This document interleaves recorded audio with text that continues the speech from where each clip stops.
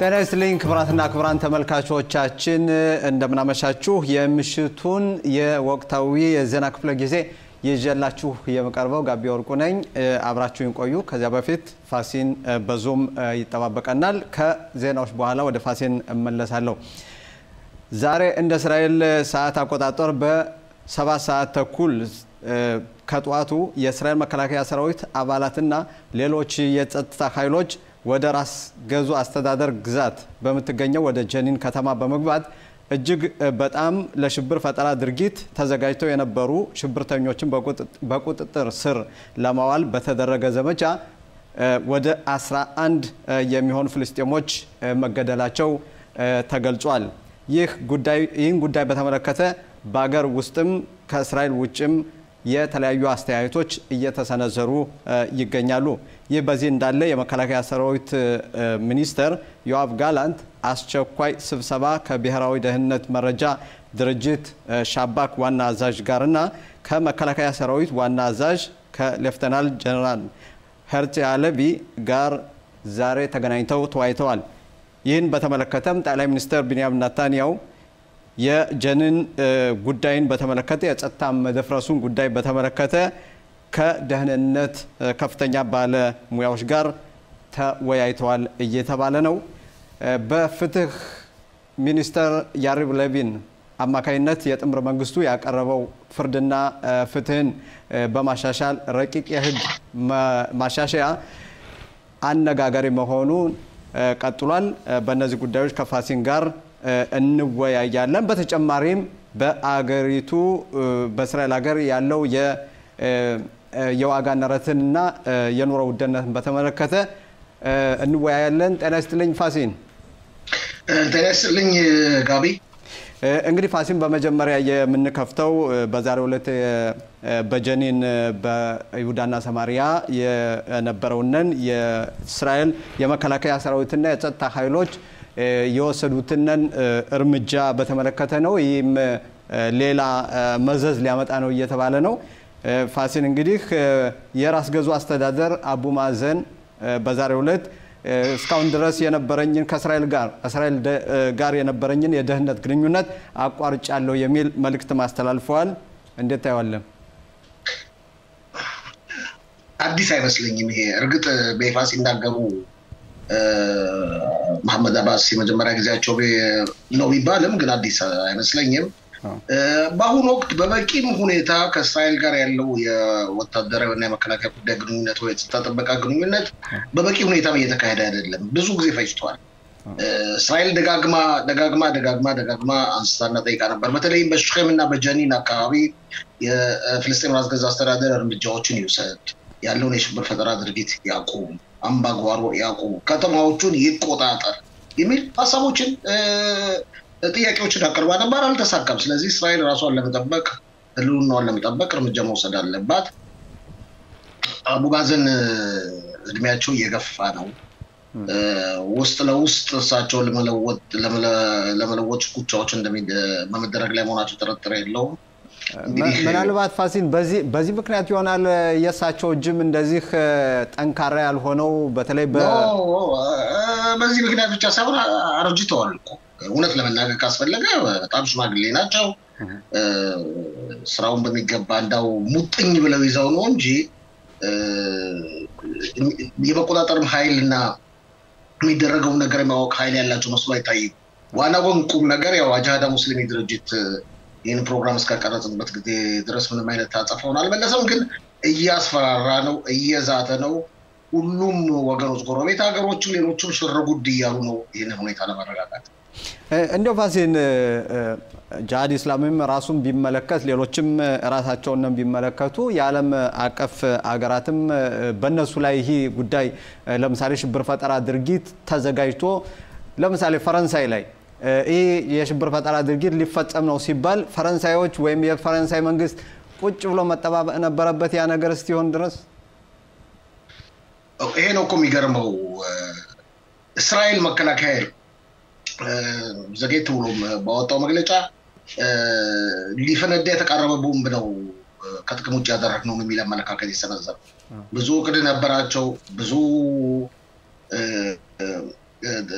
ነገሮችን ተጠንስሰው ነበር ከተግባር ላይ ሳይውሉ የእስራኤል መከላከያ ለማክሸፍ ችሏል ዋናው የሚገርመው ደግሞ ጋቢ በአንድም የእስራኤል የመከላከያ አባል ወይም ወታደር ላይ እንዳው ጭረት እንኳን ሳይደርስ ግዳጃቸውን ፈጽመው ወደ እስራኤል ክልል የመመለሳቸው ሁኔታ እንደው ፋሲም በእውነት ይሄንን በምንመለከትበት ጊዜ እኔ ገባ ብዬ ጠለቅ ብዬ ሳየው እንዴት የመከላከያ ሰራዊቱ ወደ ጀኒን እንደገባና እዛው የነበሩትን የሽብር ፈጠራ ድርጊት አባላት እንዴት እንደከበባቸው የገባውም ወተትና ሌሎችን ቁሳቁሶች በሚያመላልሱ የጭነት መኪና ነበር ውስጥ የገቡትና ወተትና እርጎ በጫኑ ከቤ በጫነ ከባድ የጭነት መኪና ማካኝነት ነው ፊልም እንደ ፊልም ነው የተፈጸመባቸው ዛሬ እና የተለያዩ ተከታታይ ፊልሞች ማይቻለ በተለይም አሁን ይገርባል ሰሞኑን ፋውዳ የተሰኘውን የእስራኤል ተከታታይ ፊልም ለማየት የእስራኤል ሀገር ውስጥ የመረጃ ድርጅት እርምጃዎችን ለማሳየት የሞከረውን ፊልም ለመከታተል ሞክሬ ነበር እሱ ነው ትዝ ያለኝ በነገራችን ላይ ፊልም ለአንተ ለመጠቆም በአረብ ሀገሮች የመጀመሪያውን ቦታ የያዘ ፊልም ነው በመታየት የፋውዳ ተከታታይ ፊልም ስለዚህ የእስራኤል መከላከያ ኮማንዶ ወታደሮች ይሄንን ባልታሰበ ሁኔታ ገብተው ጀኒን በእውነት በተለይ በውጭ ሀገር የሚገኙ ተመልካቾቻችን እንዲገነዘቡት የሚያስፈልገው ጀኒን ከተማ በጣም ትልቅ ከተማ ነው ሽብር ፈጠራ ድርጊት እስካፍቲን ድረስ የሞላበት ከተማ ነው እስራኤላውያን ፍጹም መንቀሳቀስ የማይችሉበት ከተማ ነው ፊት ለፊት ቢገኙ የሚታረዱበት ከተማ ነው ያን ሁሉ ችለው በጥበብና በዘዴ እነዚህ ሽብር ፈጠራዎች ላይ ደርሰው ያው እስከ 9 የሚቆጠሩትን ህይወት መቅጨታቸው ትልቅ ጀብዱ ነው ተብሎ ነው የሚቆጠረው እንደው ሌላው ደግሞ ፋሲን በእውነት የመከላከያ ሰራዊቱና የጸጥታ ኃይሎች በጣም ትክክለኛና የነዚያ ሽብርተኞች ያሉበት ቦታ በትክክል ተነግሯቸው ይያለ ለምሳሌ ሌሎች ሀገራት ቢሆኑ ከዚያ ላይ የሆነ ሚሳኤል ተኩሰው ያን አካባቢ በሙሉ ያወድሙት ነበር እዚህ የእስራኤል መከላከያ ሰራዊትና ጸጥታ ኃይሎች ግን ራሳቸውን አደጋ ውስጥ ጥለው እነዚያ እንደውም በህይወት ለመያዝ ነበር ጥረት ያደረጉት ይህስ ሌላው ሀገራት ይህን እያየ ሌሎች የሚካሄዱ በአለም ላይ በጣም መጥፎ ድርጊቶች አሉ አሜሪካን ጨምሮ ማለት ነው እና ይሄ የታየ እንዴት ነው እስራኤል የሚያወግዙ ለታየት ነገር ማይቻላል አንድ ለምን ነው የሚያወግዙት ይሄንን መልሱ ለነሱ ነው ወጣው ምንችለው ለምን ይሆናል ብለን ግዚያችን አናባክንኛ ይሄ ነገር እስራኤል ከተመሰረተች ጊዜ ጀምሮ በሁሉም ድርጊቶች እስራኤል መወቀሷ ህዝቧ መወቀሷ የተለመደ ነው እስራኤል መከላከያ ወይም ጻሃል እንዲሁም የጸጥታ ጥበቃ ኃይሎች በሙሉ አሁንም ውጭ ለሚከታተሉ ተመልካቾቻችን ነው በተቆሙ በሙሉ ጋቢ አንድ የወሰዱት ትምህርት አለ የሚወስዱት ትምህርት አለ እድሜ ለካቸው ሰላማዊ ዜጎች ላይ ጉዳት አለማድረስ ነው በተቻለ መጠን መንገድ ከተገኘ ሰላማዊ ዜጎች ላይ ጉዳት እንዲደርስ የሚፈልግ ማንም የለም ያው ተመልካቾቻችን አሁን መመልከት እንችላለን እያየን ነው ከባዱ የጭነት መኪና ወታደራዊ ጅፖች አሉ መኪናዎች እንደገናም ደግሞ ቀድም የጠቀስ ነው ደግሞ ወተትና አርጎ የሚወስደው መኪና አብሮ በዚዋል እና ሰላማዊ ዜጎችን ለመጉዳት ፍላጎት የለም በህይወት ለመያዝ ጥረት መደረጉ የተለመደ ነው ምክንያቱም በተቻለ መጠን በህይወት ሽብር ፈጣሪዎች ከተያዙ የምርኮኞችን ለውጥ ለማፋጠን ይረዳል ሁላችንም እንደምናቀው ፍልስጤማውያን ዘንድ ምንም እንኳን በይሁዳና ሰማሪያ ባይሆንም ምርኮኞች አሉ ሰላማዊ ዜጎች አጽሞች አሉ ወታደሮቻችን የሁለት ወታደሮቻችን አጽሞች የበለጠ ያፈናል ይሄን ጉዳይ የበለጠ ያፋጥናል የሚል ግምት ስላለ በተቻለ መጠን በህይወት ለመያዝ ነው ጥረት የሚደረገው ከዛ በተጨማሪ ደግሞ ተመልካቾቻችን መገንዘብ የሚችሉት ፍርድ ቤት የሚቀርባሉ በትክክለኛው መንገድ ግን የሞት ቅጣት እንኳን አይፈረድባቸው የእድሜ ልክ እስራት ነው የሚፈረድባቸው። እንደው እንግዲህ ፋሲን ይህን በምንመለከትበት ጊዜ ያው የጂሃድ ኢስላሚ በተለይ በጋዛ የሚገኘው ሐማስም ሌሎችም እስካሁን ድረስ በግብጽ አደራዳሪነትም እንዲያረጋጉ እየተጠየቁ ነው። እነሱ ግን አጣፋውን እንመልሳለን የሚል ሁኔታም በጂሃድ ኢስላሚ እየተነገረ ይገኛል ይባላል። እንዴት ታይዋለህ? እነሱ ይሄንን አጣፋውን ይመልሳሉ? አስቀድሜም ገልጫለሁ። በተቻለ መጠን እነሱ አጸፋ መመለስ ያለዝ ውርደት ነው በእነሱ ይሄን ውርደት ከላያቸው ላይ ለማንሳት አጸፋ መመለስ አለብን ትንሽም ቢሆን እያሉ ነው። እስካሁን ድረስ ግን ይሄን ፕሮግራም እስከቀረጸበት ጊዜ ድረስ ምንም አይነት ሁኔታ አናይም። ምንም አይነት የተለወጠ ነገር የለም። ይህ በዚህ እንዳለ ለምሳሌ ዘግይቶ የደረሰ ሌላ ዜና እንደሚያመለክተው ከሆነ የአሜሪካው የውጭ ጉዳይ ሚኒስትር ቶኒ ብሊንከን ወይም አንቶኒ ብሊንከን ነገሩ መረጋጋት አለበት፣ ሁሉም ወገኖች ወደ ሰላም መመለስ አለባቸው የሚል መግለጫ አውጥተዋል።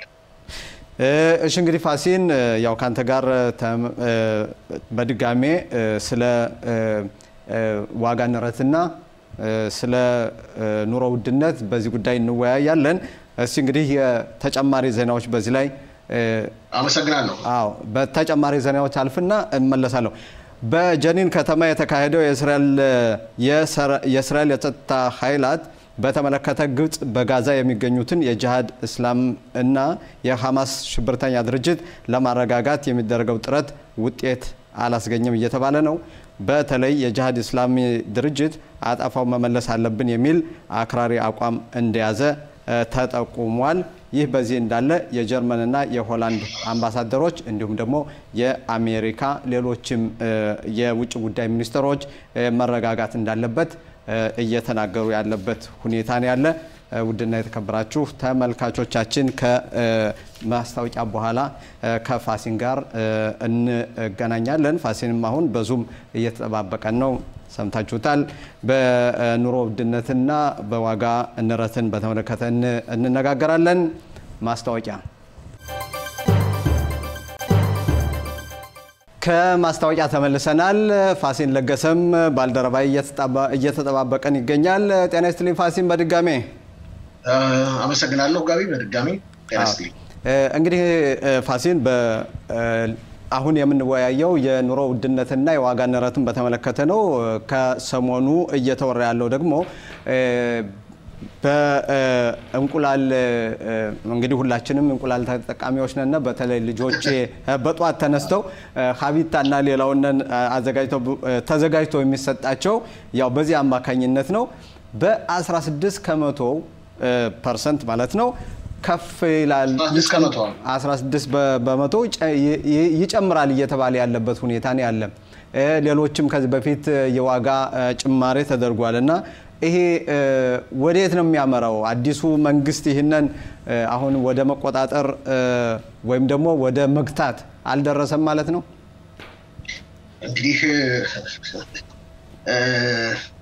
መሞከራቸው አይቀርም። ያም ሆነ ይህ እንቁላል ይገርማል ከብዙ ዓመታት በፊት እየበዛና በብዛት እየተመረተ ነው ተብሎ ከፊሉ ዋጋ እንዳያዥገዥቅ ወይም እንዳይወርድ ከፊሉ ይወረወርና ይቃጠል ነበር ከብዙ ዓመታት በፊት። ይሄን አስታውሰዋለሁ በእስራኤል ታሪክ። አሁን ግን አማራጭ የለም ተወዷል እየተባለ ነው። እንግዲህ በ16 ከመቶ አደገ ማለትም 10 ሸቄል ቢሆን ዋጋው ወደ 12 ሸቄል አካባቢ ተጠጋ ማለት ነው። በጣም ብዙ ነው። በተለይ የሚጎዳው ዝቅተኛ የሆኑ ቤተሰቦችን ነው። ያው የደሞዝ መጠናቸው በጣም አነስተኛ የሆኑትን ነው። ሁላችንም እንደምናውቀው በእስራኤል የወራዊ ሚኒመም ሳላሪ ወይም ዝቅተኛው ደሞዝ ወደ 5300 ሸቄል አካባቢ ነው። በጣም እንግዲህ ከሌሎች ኦሲዲ የአውሮፓ ሀገሮች ጋር ሲመጣጠን ይሄን ያህል ብዙ አይደለም። ስለዚህ እነዚህ ናቸው የሚጎዱት። ይሄንን ለማቆም እንግዲህ በስልጣን ላይ ያለው መንግስት በተለይም ጠቅላይ ሚኒስትር ቢንያሚን ኔታንያሁና የገንዘብ ሚኒስትር ቤጻለል ስሞትሪች ከፍተኛ ጥረት እንደሚያደርጉ ጥርጥር የለውም። ሁላችንም እንደምናውቀው የጠቅላይ ሚኒስትር ቢንያሚን ኔታንያሁ ማንም ሰው ምጣኔ ሀብት ሊያስተምራቸው አይችልም። እንግዲህ መፍትሄዎች በተቻለ መጠን ፈልገው ነገሮችን ለማረጋጋት ጥረት ማድረጋቸው አይቀርም። ይሄ ብቻ አይደለም። በብዛት ባላቸው ማለትም ሸቀጦች ላይ እንደዚህ የዋጋ ንረት እና ምንድነው በመገልገያዎች ጉዳይ ላይ እንደዚህ የዋጋ ንረት ይታይባቸዋል። ከፍተኛ ቦታ ሊይዝ ነው።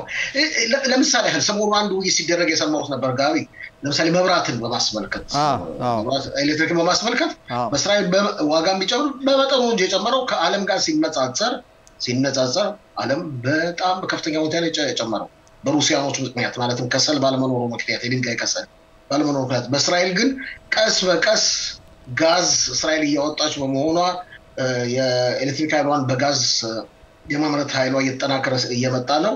ስለዚህ ዋጋ ይህን ያህል አልጨመረም። አንዳንድ የተወሰኑ ቦታዎች ላይ አሁን በድንጋይ ከሰል ስለምትጠቀም ዋጋ ስለናራት በመጠኑ ትንሽ ጨምሯል እና በሁሉም ቦታ ዋጋ ጨምሯል ማለት አይቻልም።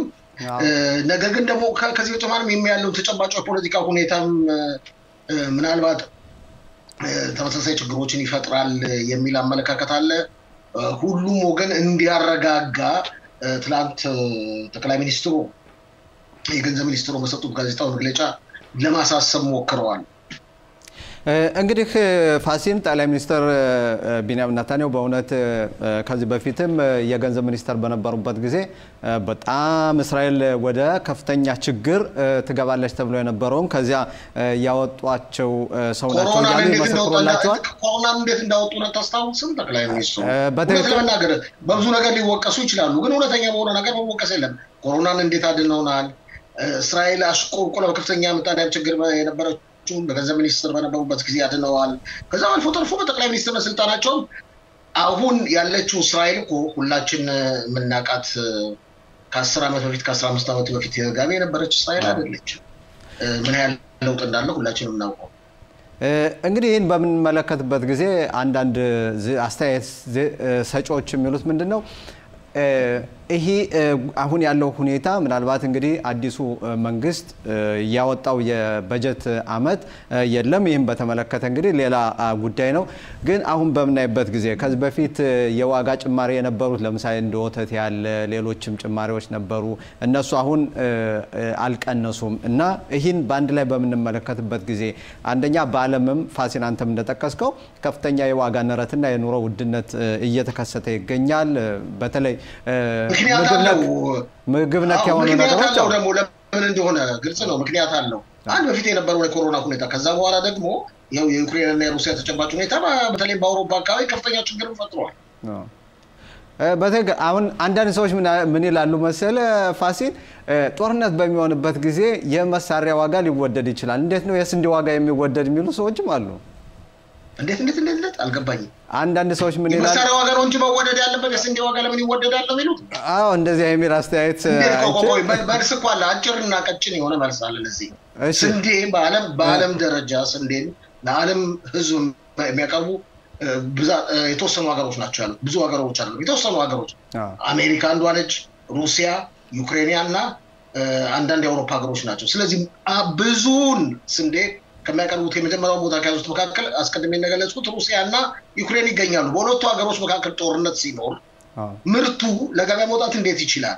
መርከቦች እንደ ልብ ጭነው መንቀሳቀስ አይችሉም። ሲገደቡ እንዴት ለገበያ ለመድረስ ይችላል? ስለዚህም ለገበያ ካልደረሰ ደግሞ እጥረት አለ ማለት ነው። ስለዚህ አንደኛና ሁለተኛ ክፍል ሄደው ትምህርት ቢወስዱ ይሻላል። ይሄን በሚያቀርቡ ጥያቄ እሺ ፋሲል እሺ ተከክልና ፋሲል ሌላው ደግሞ የቤት መወደድ ደግሞ ይሄም በጣም ከፍተኛውን ቦታ ይዞት ነው። በነገራችን ላይ ይቅርታ ስላቋረጥኩ እንጂ ከፍተኛ ቦታ ነው ያዘው። ግን አሁን እየተረጋጋ ነው የሚሉ ብዙ ምልክቶች እየታዩ ነው እየተባለ ነው። በትክክል እና እኔም አሁን ልወስድ የፈለኩት እሁድ የሳምንታዊ የሚኒስትሮች ጉባኤ ከዚያ ላይ እንደውም አንድ የቤቶች ግንባታ ጉባኤ ወይም ደግሞ ካቢኔ ይቋቋማል። በዚህ መሰረት ሚኒስትሮች ኮሚቴ ጉባኤ ሳይሆን የሚኒስትሮች ኮሚቴ ካቢኔ ይቋቋማልና በዚህ መሰረትም ምናልባት የቤትን ዋጋ አሁን ካለበት ለመቀነስ የሚቻልበት ሁኔታ ይፈጠራል እየተባለ ነው። ይሄም እንዴት ታይዋለህ? አንደኛ እንዴት እኔም እንኳንተም እንዴት ነብይ መሆን እንችላለን? ስናስብ ይቀንሳል ስንል የቤቶች ዋጋ እዚህ ደረጃ ላይ ደርሷል። በብዛት በተለይ በማዕከላዊ ክፍለ ሀገር በብዛት መቀነሱ በጣም አጠራጣሪ ነው የሚሆነው ጋቢ። ያም ሆነ ጥሩ ነገር ነው ሚኒስትሮች ኮሚቴ መቋቋሙ የሚቋቋሙ ሆኖ ግን የሚኒስትሮች ምክር ቤት ነገ ጠዋት አዲስ ነገር ያመጣል የሚል በማን በኩል ግምት እንዲኖር አያስፈልግም እርግጥ አንድ እርምጃ ወደፊት መጓዙ ጥሩ ነው ጊዜ ይፈጃል የቤቶች ዋጋ አሁን 18 17 እጅ ነው ከመቶ ያለው ያደቀው ማለትም ብዙ ለውጥ አያሳይም ስለዚህ ወደታች ለመቀነስ መፍትሄው የሚባለው ጋቢ ቀላል የሆኑ ነገሮች ናቸው አንደኛ መፍትሄው ብዛት ያላቸው ቤቶች መገንባት ሁለተኛ መፍትሄው ደግሞ የመሬትን ዋጋ መቀነስ በዚህ መንግስት ቶሎ ቸኮል እርምጃ የሚወስድ መስሎ አይታይም እስካሁን ድረስ አላደረገም በተለይ በመሬት ዋጋ መሬት ከ85 እጅ በመቶ አካባቢ በመንግስት እጅ ነው ያለው መንግስት ከዛ ሽያጭ ስለሚያገኝ ግብር ስለሚያገኝ በቀላሉ አይቀንስም አሁን ያለው መንግስት በፊት የነበረው መንግስት ያው ነው በተከለ እንግዲህ ፋሲን አንድ እስካሁን ድረስ እልባት ያላገኘ አንድ ጉዳይ አለ ተብሎ እየተነሳ ይገኛል በተለይ በርካታ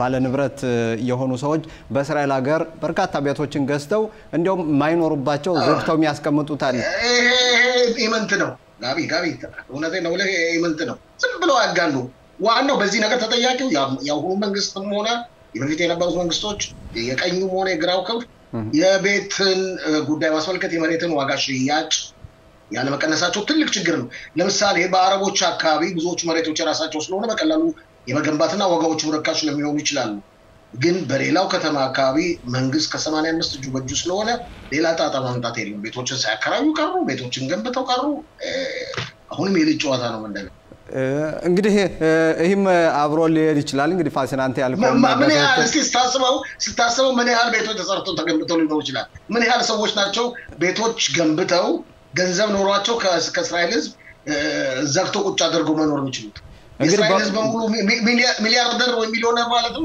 ቤቶች የሚገነባ ያንን ወደፊት ማየት ያስፈልጋል እንግዲህ ፋሲን ለሰጠህን ሰፋ ያለ ማብራሪያ ከልብ አመሰግናለሁ አሁን ወደ ማስታወቂያ እንወጣለን ከማስታወቂያ ስንመለስ ግን አቶ ሽሎሞ ስለ ሩሲያና ዩክሬን እንዲሁም ደግሞ ስለ እስራኤል ፖለቲካ ትንተና ይሰጠናል አብራችሁን ቆዩ ማስታወቂያ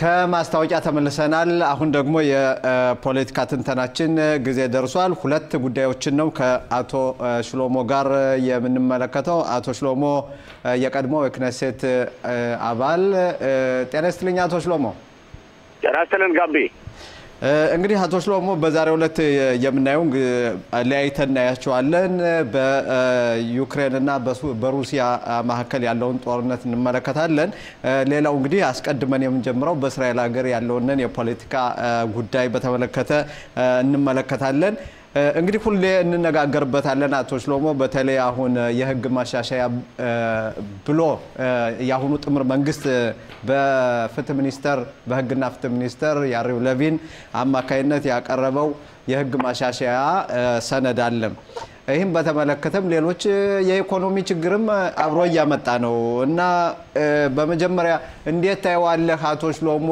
እስካሁን ድረስ ያልተነጋገርንበት ወዴት እያመራን ነው በአጠቃላይ ስንመለከተው በእውነት ይህ መንግስት እየሄደበት ያለው አቶ ሽሎሞ አሁን የቴክኒክ ጉዳይ የቴክኒክ ችግር መሰለኝ እንግዲህ ስልኩ ተዘግቷል ለማመለስ እንሞክራለን አቶ ሽሎሞን በፍጥነት ለማመለስ እንሞክራለን እንግዲህ ጠይቄ የነበረው ጥያቄ አሁን ያለው መንግስት አሁን ያለው መንግስት የት ላይ ነው ምን ደረጃ ነው ወደፊትስ ምን ሊሆን ነው የሚለው ጉዳይ ያን እንዲያብራራልን ነው እንግዲህ እኔም ጠይቄው ነበር እና በአጋጣሚ የስልክ የቴክኒክ ችግር ነበር አቶ ሽሎሞ መስመር ላይ ነው ተመልሻለሁ እሺ አቶ ሽሎሞ እንግዲህ ጥያቄውን ሰምተኛል አይደል ሰምቻለሁ ጥያቄውን ሰምቻለሁ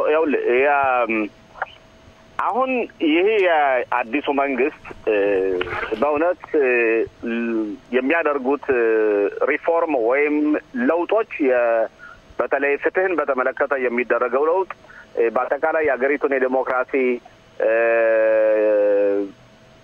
መዋቅር አወቃቀር ካሁን የነበረውን ልምድ 100% የሚቀየር ነው 100% የሚቀየር ነው ያው ተቃዋሚ ሰዎች የሚሉት በተለይ የሰብአዊ መብትንና የዝኩዮታ ሚውቲም ወይም ደግሞ የማይኖሪቲዎችን የመብት የሚጎዳና በአጠቃላይ ሀገሪቱን ዴሞክራሲ የሚቀይራት ነው ብለው ያምናሉ።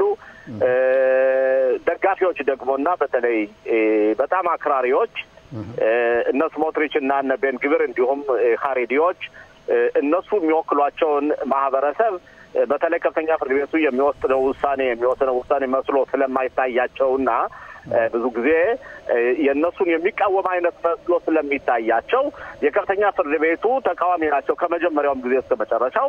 እነሱ ብቻ ሳይሆን በተለይ የህግ ባለሙያዎችን ሁልጊዜ የሰው ልጅ መብት በመመርኮዝ ዲሞክራሲያዊ መብቶች እየተነፈጉ ነው ብለው ያምናሉ። እና ይሄ ለውጥ ደግሞ በተለይ የሚያሳየው እንዴት ነው? አሁን 4-5 ነገሮችን እኛ ማሳየት እንችላለን። በተለይ መናገር እንችላለን። አንደኛ የከፍተኛ ፍርድ ቤት ዳኛዎች አመራረጥን ጉዳይ በተመለከተ፣ ሁለተኛ ዳኛዎች የከፍተኛ ፍርድ ቤት ዳኛዎች ክነሴት የደነገገውን ህጋዊ አይደለም ብለው አንዳንድ ህጎችን ይጥሳሉ። ባለፈው እንደተነጋገረው ለምሳሌ አገሪቱ ከተቋቋመች ጊዜ ጀምሮ ወደ 400 ህጎች እንዲሰረዙ የተለያዩ ድርጅቶች ሲጠይቁ ግን ከፍተኛ ፍርድ ቤቱ ወደ 22 የሚሆኑትን ብቻ ነው የሰረዙ። 22 ብቻ ነው። ይሄ በጣም ብዙ ሰዎችን በተለይ የቀይ ክንፎችን በጣም የሚያናድድ ነው። የተጣሱት ወይም የተሰረዙት ህጎች በተለይ ለቀይ ክንፍ ሪዮት ዓለም የሚደግፉ ናቸው የምትለው የሚታዩትን ነው።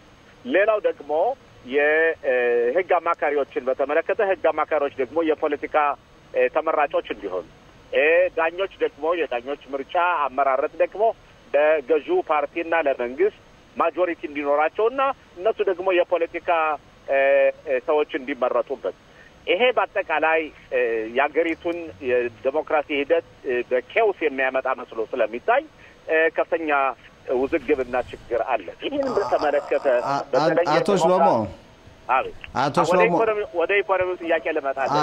አሁን እንደው ከዚህ ላይም እንዲያያዝ ነው በአንድ ላይ ማለት ነው። አሁን እንግዲህ አቶ ሽሎሞ አሁን እንደምናየው ከሆነ የግራ ክንፍ ዲሞክራሲን እንደሚጠብቅና ለዲሞክራሲ እንደሚዋጋ፣ የቀኝ ክንፍ ደግሞ ዲሞክራሲን ለማጥፋት የመጣ፣ በግራ ክንፍ ደግሞ የሰዎችን መብት እንዲጠበቅ የሚል፣ በቀኝ ክንፍ ደግሞ የሰዎች መብት እንዲረገጥ የሚል አቋም ነው የሚካሄደው። እንዴት እንደዚህ ሊሆን ይችላል?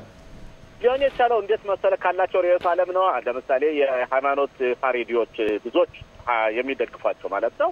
እነሱ ለምሳሌ አገሪቱ ወደ ሃይማኖታዊ አገዛዝ እንዲሄድ ጥረት ያደርጋሉ። ሃይማኖታዊ አገዛዝና የዲሞክራሲ አገዛዝ ደግሞ አብሮ አይሄዱም። አገሪቱ የዲሞክራሲና የይሁዲ አገር ናት።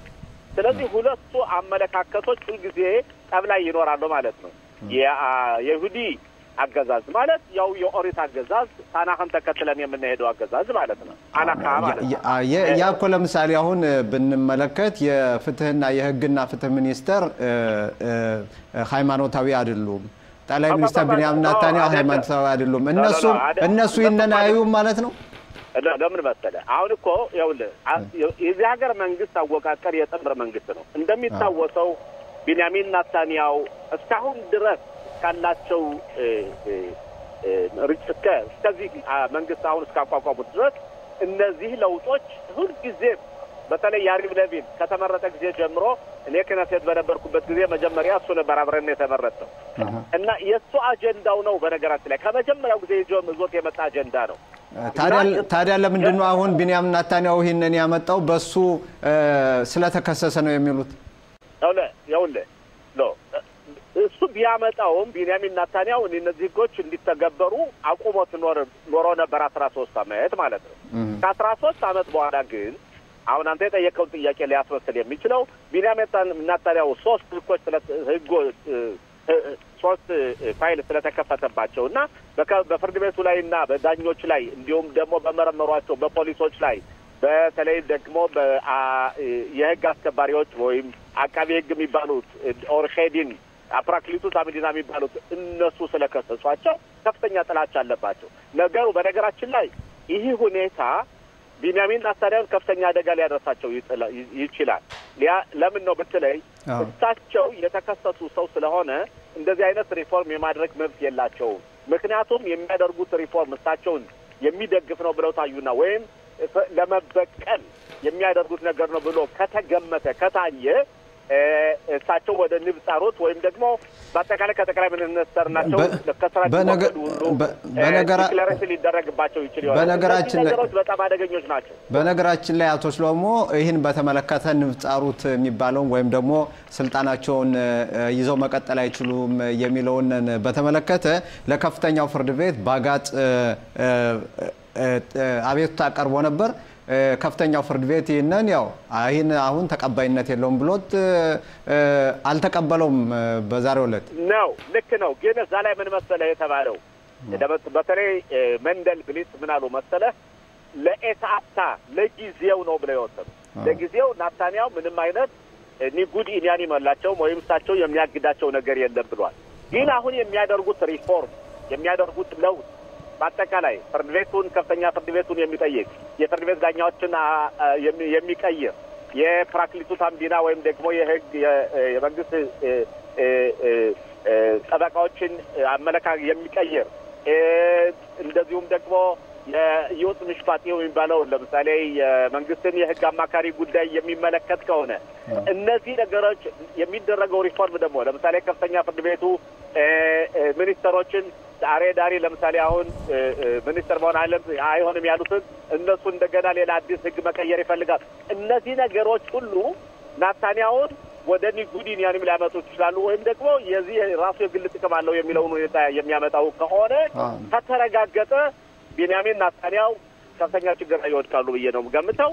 እኔ ተስፋ የማደርገው ይህን ያለውን የሚደረገውን ሪፎርም በተለይ ብዙዎቹ ማለት ነው እኔ የማምነው ጸሎት የማደርገው የግራ ክንፍም የቀኝ ክንፍም የእስራኤል ሀገር ህብረተሰብ ከሁለት ሳይከፍል በኮንሰንሱስ በመስማማት ምናልባት ህጉ ቢያልፍ የእስራኤል ማህበረሰብ የተሻለ ይሆናል። ይሄ ለምሳሌ አሁን እንደቀደም ከመግቢያ አንተ እንደተነገርከው ከፍተኛ የሆነ ኢኮኖሚ ቀውስ እንደሚያመጣና በዛሬው ዕለት እንኳን በስንት ቢሊዮን ዶላር ከዚህ ሀገር ኢንቨስት የሚያደርግ ድርጅት በአጠቃላይ ገንዘቡን ይዞ ሄዷል። ወደ ከ270 በላይ የሚሆኑ የኢኮኖሚስቶች ደግሞ ደብዳቤ ጽፈው ለናታንያው አዶኒ አገሪቱን የት እየወሰድካት ነው ብለው ስላስፈራሩት ትናንትና ሲባል ቶናይም ወይም ጋዜጠኞችን ሰባ አድርገው ለማስተባበል ሞክረው ነበር። እንዲያው እሳቸው ትናንትና ያደረጉት ነገሩን አባባሰው እንጂ እያሻሻለው አይደል።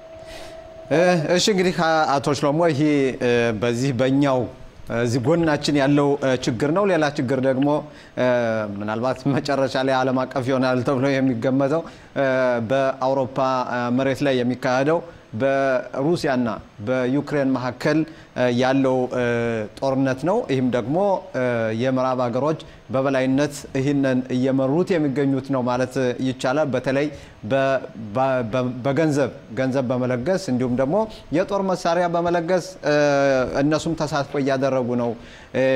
ለምሳሌ ጀርመን እና አሜሪካ ልዩ የሆኑ ታንኮችን ለዩክሬን ለመስጠት ወስነዋል። ይህም በተመለከተ አንደኛ ይህን ውሳኔ እንዴት ታየዋል? በሁለተኛ ደረጃ ሩሲያስ ይህን ውሳኔ ከሰማች በኋላ በጣም ተበሳጭታለች። ምን ሊሆን ይችላል? ይኸውልህ አውሮፓ የሚባል ሀገር በእውነት የሰው ልጅ ፍጆት እና በመሬት ላይ በደም የተጥለቀለቀች ሀገር ናት አውሮፓ ማለት ይቻላል።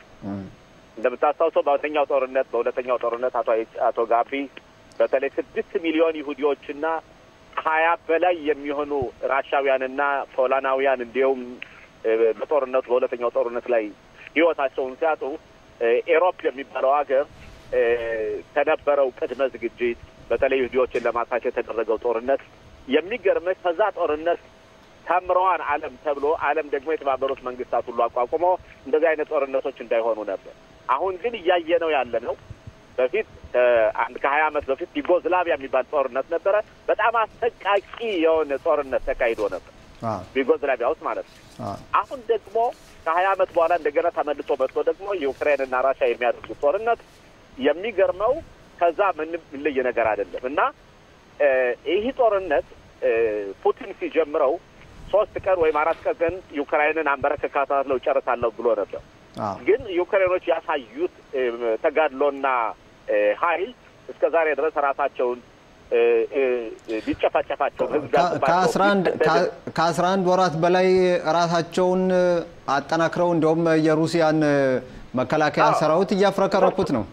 እነሱ ተጣየው እሱ ብቻቸውን አይደለም የምዕራቡ ሀገር ለምሳሌ ከጀርባቸው ነው ያለ የምዕራቡ ሀገር ድጋፍ ያደርጋላቸዋል የአውሮፓውያን ድጋፍ ያደርጉላቸዋል የገንዘብ እርዳታ ያደርጉላቸዋል ቢሆንም ግን የሰው ልጅ ከመጨፍጨፉ ከመሞቱ ከመሰደዱ ከመገደሉ ኢኮኖሚው ዳሜጅ ከመሆኑ ከረሃብ ምንም የወጡት ነገር የላቸውም ኡክራይና አሁን የራሻና የምዕራብ ሀገሮች መፋለሚያ ቦታ ሆናለች ማለት ይቻላል ዩክሬን ፑቲን ደግሞ አምባገነንነቱ በአጠቃላይ በጣም ጋጠወጥ የሆነ አመለካከትና አስተሳሰብ ስላለው ያጋጠወጥ አስተሳሰብና እኔ ራሻን ተመልሳ የዛሬ 30 ዓመት ከነበረችበት ቦታ ከዛ በላይ ከነበረችበት አሜሪካ ጋር ተፎካከራለች የሚለው ለምሳሌ ኮልድ ዋር ይባላል ወይም ቀዝቃዛው ጦርነት ወደሚባለው ወደዚያ ወስዳታለሁ እያለ ዩክራይንን እንደ ምሳሌ ያደረጋት ካሁን ቀደም በነገራችን ላይ የራሻ አባላት የነበሩት ሀገሮች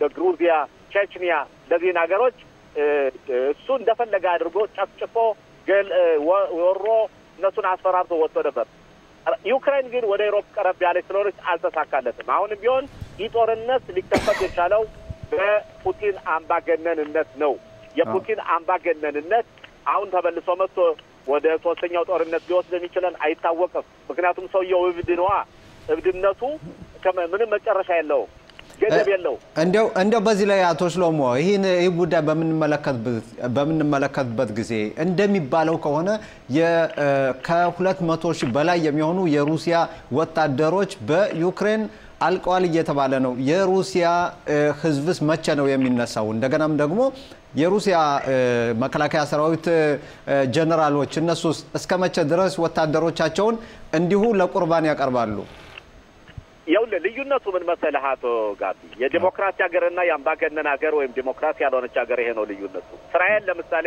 የእስራኤል ሀገር ዲሞክራሲ ተጎዳ የሚደረጉ ህጎች ዲሞክራሲን እየጎዱ ነው ሲባል ልክ ለነዚህ ነገሮች የራሻ ህዝብ አንድም ቀን ቢሆን ተነስቶ ፑቲንን ሊቃወመው አይችልም የፑቲን ወታደሮች ደግሞ ወይም ደግሞ የጦር መኮንኖች በቃና ብለው ፑቲን ፊት ቀርበው ሊናገሩ አይችሉም የሩሲያ ጦር መኮንኖች የሩሲያ ጦር መኮንኖች ያን ካደረጉ መጨረሻ ላይ እንደሚታሰሩና ወደ ደግሞ ማታ ጨለማ የኬጂቢ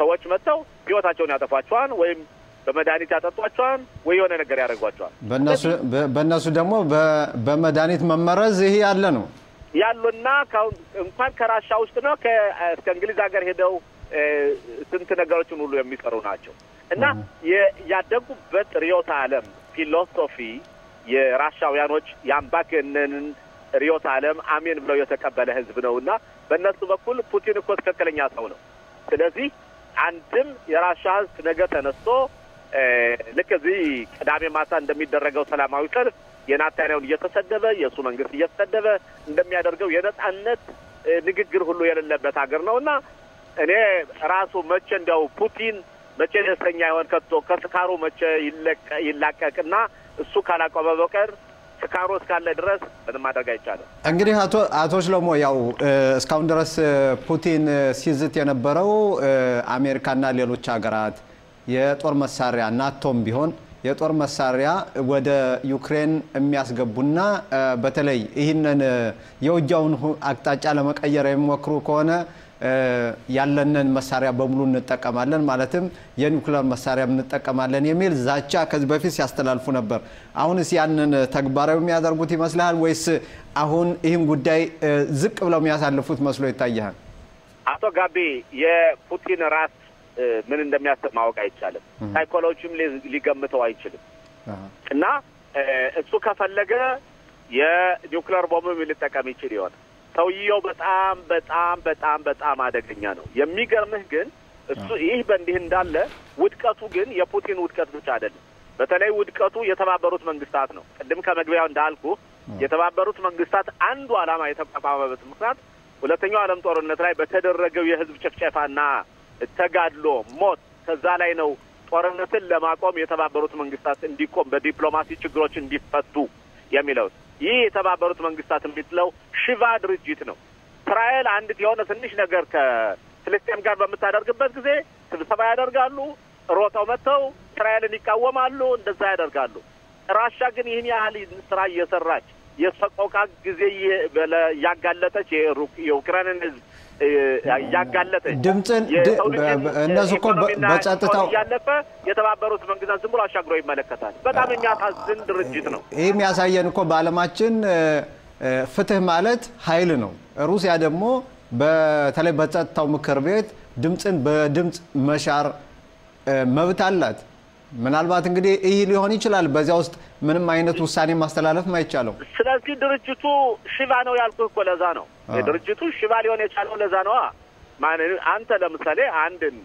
አገር አምባገነንነቱን እንደያዘ እንዲሆን ለምሳሌ በአምስት የዓለም አቀፍ ድርጅቶች እነሱ ቬቶ የማድረግ መብት አላቸው በርግጥ ያ ቬቶ የማድረጉ መብት በተለይኛ ከአሜሪካ ጠጋ ብለን ሁሉ ጊዜ የተባበሩት መንግስታት የሚያደርጉትን እስራኤልን በተመለከተ ለምሳሌ ተቃውሞ ውሳኔዎች እስራኤልን አሜሪካ ሁሉ ጊዜ ደግፋ ስለምትኖር አውቶማቲካሊ ቬቶ ታቀርብልናለች እኛም በዚያ ነው የምንኖረው ቢሆንም እንኳን በሰፋ ባሆነ አመለካከትና እይታ ስናየው ግን የተባበሩት መንግስታት ማለት ሽባ ድርጅትና ምንም አይነት ፋይዳ የሌለው የአሜሪካዎችና የአምባገነን ሀገሮችና ሀያላን ሀገሮች የሚያንቀሳቅሱት ለደሃ ለችግርተኛ የማይደርስ ድርጅት እንደው በዚህ ላይ ሪፎርም ማድረግ ማያስፈልግ ምናልባት እንግዲህ ከአፍሪካ አንዷን ሀገር ለምሳሌ ኢትዮጵያን በዚህ ውስጥ ማስገባት ወይ ተሞክሮ ነበር እንደምታየው ባለፈው ለምሳሌ ኢትዮጵያ የራስ በርሷ ጦርነት በነበረበት ጊዜ የተባበሩት መንግስታት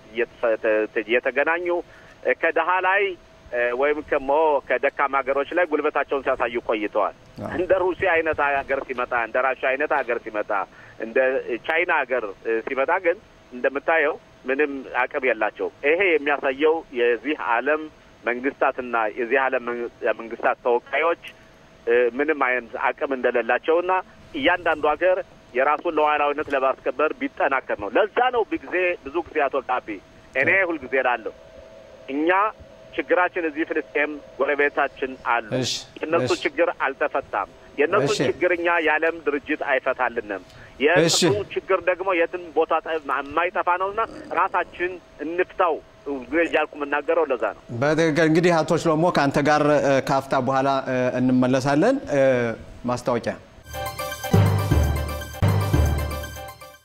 ከማስታወቂያ ተመልሰናል በመጀመሪያ የአየር ንብረት ሁኔታ በዛሬው ምሽት ማለት ነው ዛሬ ሌሊት ሐሙስ ማለት ነው ሃይፋ 11 ሴንቲግሬድ ቴል አቪቭ 11 ሴንቲግሬድ ኢየሩሳሌም 9 ሴንቲግሬድ በኤርሼባ 7 ሴንቲግሬድ ኢላት 14 ሴንቲግሬድ ነገ አርብ ሃይፋ 19 ሴንቲግሬድ ቴል አቪቭ 20 ሴንቲግሬድ በኤርሼባ 21 ሴንቲግሬድ ኢላት 25 ሴንቲግሬድ ነው እንግዲህ ይህንን በተመለከተ አሁንም ወደ ኢትዮጵያ ጉዳይ በመናልፈበት ጊዜ አቶ ሽሎሞ በስልክ እየተጠባበቀን ይገኛል በድጋሚ ጤና ይስጥልኝ አቶ ሽሎሞ በናስተለን እንደገና ጋቢ እንግዲህ ዛሬ አንተና እኔ አልተላቀቅንም አሁን የምንሄደው እንግዲህ ወደ ትውልድ ሀገራችን ወደ ኢትዮጵያ ነው በተለይ የኢትዮጵያ ጠቅላይ ሚኒስትር ዶክተር አብይ አህመድ ወደ ሱዳን አቅንተዋል ከዚያም ከሱዳን መሪዎች ጋር ተገናኝተው ተወያይተዋል ይባላል ውይይታቸው የሚያተኮረው አንደኛ በሱዳንና በኢትዮጵያ መካከል ያሉ የግዛት ይገባኛል የሚል ሁኔታ ሌላም ደግሞ በአባይ ወይም በህዳሴ ግድቡ ሁኔታ ተወያይተዋል ይባላል እንዴት ታየዋለህ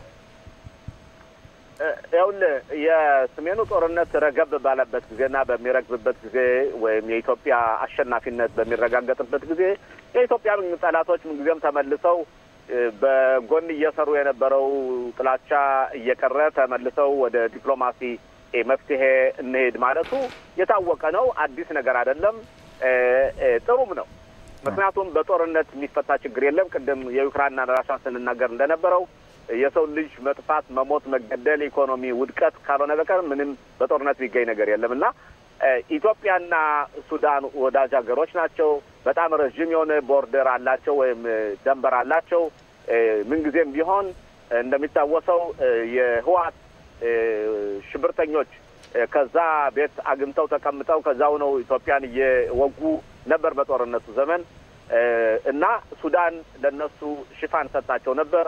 ግብጽ ደግሞ ሱዳንን ልክ የራሷ ስጋትም እንዳላት አድርጎ በተለይ አባይን በተመለከተ ነጭ አባይና ጥቁር አባይ በነገራ የሚገናኙበት ካርቱም ነው። ከዛ የራሳቸውም ኢንተረስ አላቸውና የኢትዮጵያ ጥንካሬ የኢትዮጵያ ህዳሴ መገንባት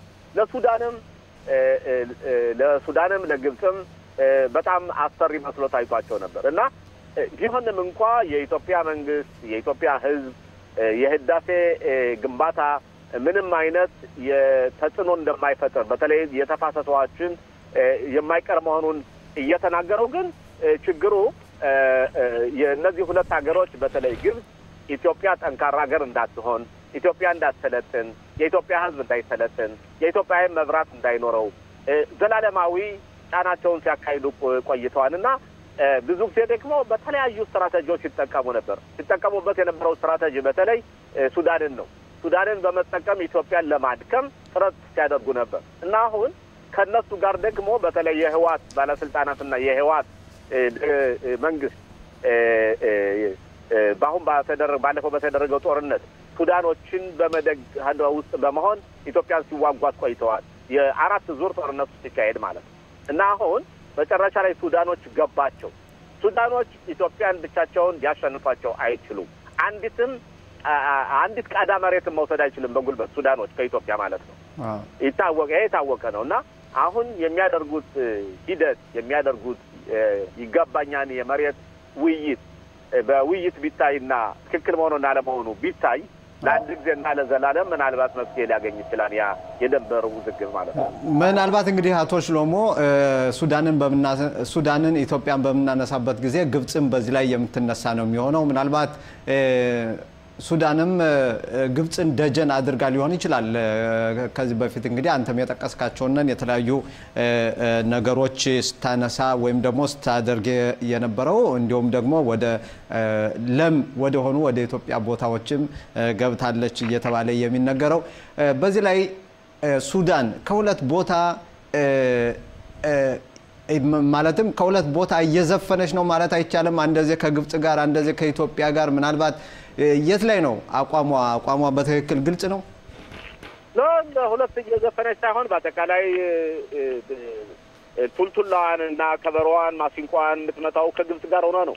ኢትዮጵያን የረጅም ደንበር ወዳጅነት ወይም ደግሞ የደንበር ስላለባት የኢትዮጵያን ኃያልነት ስለምታውቅ ከሞላ ጎደል ለማታለል ይሞክራሉ።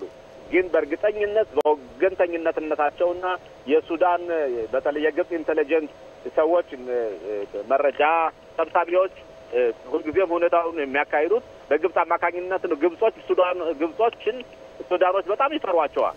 በጣም ነው የሚፈሯቸውና በሚስጥር ሳይሆን በግልጽ ነው እንዲያውም እነሱ ሲታገሉ የቆዩት። ግን እኔ የምልህ በአጠቃላይ ግን የሱዳን ለነሱ ሩቅ ናት ማለት ግብጽ ሩቅ ናት፣ ለኢትዮጵያ ቅርባቸው ናት እና ካላቸው ሁኔታ የተነሳ የዲፕሎማሲ መፍትሄ ማግኘት አለብን መወሰናቸው ለሀገራቸውም ጥሩ ነው፣ ለኢኮኖሚያቸውም ጥሩ ነው። ምክንያቱም የሱዳን ህዝብና የኢትዮጵያ ህዝብ ብዙ ጥላቻ የለው። በነገራችን ላይ ህዝቡ በጣም የሚዋደድ ህዝብ ነው። በትክክል እንግዲህ እስቲ እንደው ወደ ኢትዮጵያ መለስ እንበልና አሁን በኢትዮጵያ አንዳንድ ወቅታዊ የሆኑ ጉዳዮች አሉ። በተለይ ሃይማኖትን በተመለከተ አንድ ቤተክርስቲያን አንድ ተዋህዶ ቤተክርስቲያን ያለ በዚህም በኦሮሞ በኩል ደግሞ እኛም ራሳችን ሌላ ያስፈልገናል በሚል ሁኔታ ውዝግብ አለ። ይሄስ አስተያየት አለህ ለዚህ ጉዳይ? በዚህ ጉዳይ እኔ ብዙ አስተያየት የለኝም፣ ብዙም አውቀው ነገርም የለኝም። ግን በአጠቃላይ ለሌም ተሳሃቶ ጋቢ የኢትዮጵያ ተዋህዶ ቤተክርስቲያን የጥንት ቤተክርስቲያን ነው። የኢትዮጵያ መንግስታዊ አገዛዝም ብዙ ጊዜ ከቤተክርስቲያኗ ጋር አብሮ የሚሄድ ነው። ቤተክርስቲያኗ ያልመረቀችው ቤተክርስቲያኗ አይዞህ ያላለችው ባለስልጣን ኢትዮጵያን ገዝቶ አይውቅም ነበር እስከነ መንግስቱ ኃይለማርያም ጊዜ ድረስ ማለት ነው። ከዛ ደግሞ እንደሚታወሰው ህዋት የሚባለው መንግስት በመጣበት ጊዜ ቤተክርስቲያን አንተ ሁለት ከፍለዋት ነበር። እንዲያውም የኢትዮጵያ ጳጳስ አቡነ እንትኑ እሳቸው ለቀው አሜሪካ አቡነ ምራኪዮርስ ይባላሉ አሜሪካ ይኖሩ ነበር እና እነዚህ ነገሮች ሁሉ ችግሩ ተፈታ ተብሎ ዶክተር አብይ ወደ ስልጣን በመጣበት ጊዜ ምንም ችግር እንደሌለ መስሎ ታይቶ ነበር። አሁን ግን በኦሮሞ መሬቱ በጣም የሚገርመው ነገር ሲኖዶሱን ምናልባት አቶ ሽሎሞ ይሄ ጉዳይ የመጣው ከፖለቲካው ምንም ጥያቄ የለው ከፖለቲካው ጋር ማለትም የዘር ፖለቲካ መሆኑ ይሄ ሊያመጣው ችሎታል ምንም ጥያቄ የለው ይሄ ከዘር ፖለቲካው ጋር አብሮ ተጣምሮ የሚሄድ ነው እና አሁን በተለይ የኦሮሞ አካባቢ ሰዎችና የኦሮሞ አክቲቪስቶች የኦሮሞ ኤክስትሪሚስቶች አክራሪዎች እነሱ ሚሊት እንዴት ነው ኢትዮጵያን እየገዛን ያለን እኛ ነን ስለዚህ ሌላው ብሔር ብሔረሰብ ሁሉ ከኛ በታች መሆን አለበት ብለው የሚያምኑ አሉ። ስለዚህ ይሄን ለማድረግ የተለያዩ ስራዎች መሰራት አለበት። አንዱ ለምሳሌ የኢትዮጵያ በአማራ ላይ ለምሳሌ የሚደረገው ግድያ የሚደረገው ማሰደድ የሸኔ መጠናከር የሸኔ አለመጥፋት አንዱ ደግሞ አዲስ አበባ መሬት ለምሳሌ የኦሮሞ መሬት ለማድረግና አዲስ አበባ በግዴታ የኦሮሞ መዝሙር እንዲዘመር የኦሮሞኛ ቋንቋ ኦፊሻል ቋንቋ እንዲሆን ማስገደድ በግድ በውድ ይቻላል ማስገደድ አንዱ ደግሞ ዋናው ደግሞ ይሄ ጉዳይ ነው። ሌላው የሚገርምህ አብዮት አደባባይ የሚባለው ቦታ ድሮ የመስቀል አደባባይ ይባላል። መስቀል በሚሚጠርበት ቦታና የቤተክርስቲያን ዋና ነበር። ግልጽ ነው እንግዲህ እሺ አቶ ሽሎሞ መሆን አለበት መሰጠት አለበት ተብሎ ተሰይሞ ያ ነገር ደግሞ ከፍተኛ ቀውስ አምጥቶ ነበር። በአጠቃላይ ኢትዮጵያ የዘር ተኮር የጎሳ ጦርነት ያለ የሃይማኖት ጥላቻ ከመጣባትና ጦርነት ከመጣ አገሪቱ በጣም አደጋ ቦታ ተወድቃለች ማለት ነው። እሺ አቶ ሽሎሞ ስለነበረው ቆይታ ከልብ አመሰግናለሁ። መልካም ምሽት አቶ ሽሎሞ። መልካም አድራለሁ። ወደ ሌሎች ዜናዎች አልፋለሁ። በጀኒን ከተማ የተካሄደው የእስራኤል የጸጥታ ኃይላት በተመለከተ ግብጽ በጋዛ የሚገኙትን የጂሃድ እስላም እና የሐማስ ሽብርተኛ ድርጅቶች ለማረጋጋት የምታደርገው ጥረት ውጤት አላስገኘም እየተባለ ነው። በተለይ የጂሃድ እስላም ድርጅት አጠፋውን መመለስ አለብን የሚል አክራሪ አቋም እንደያዘ ተጠቁሟል። ይህ በዚህ እንዳለ የጀርመንና የሆላንድ አምባሳደሮች በእስራኤል ሁሉም ወገኖች እንዲያረጋጉ ጠይቀዋል የሚሉት ነበሩ። ክቡራትና ክቡራን ተመልካቾቻችን የምሽቱ ዝግጅት እስከዚህ ነበር። አብራችሁን ስለቆያችሁ አመሰግናለሁ።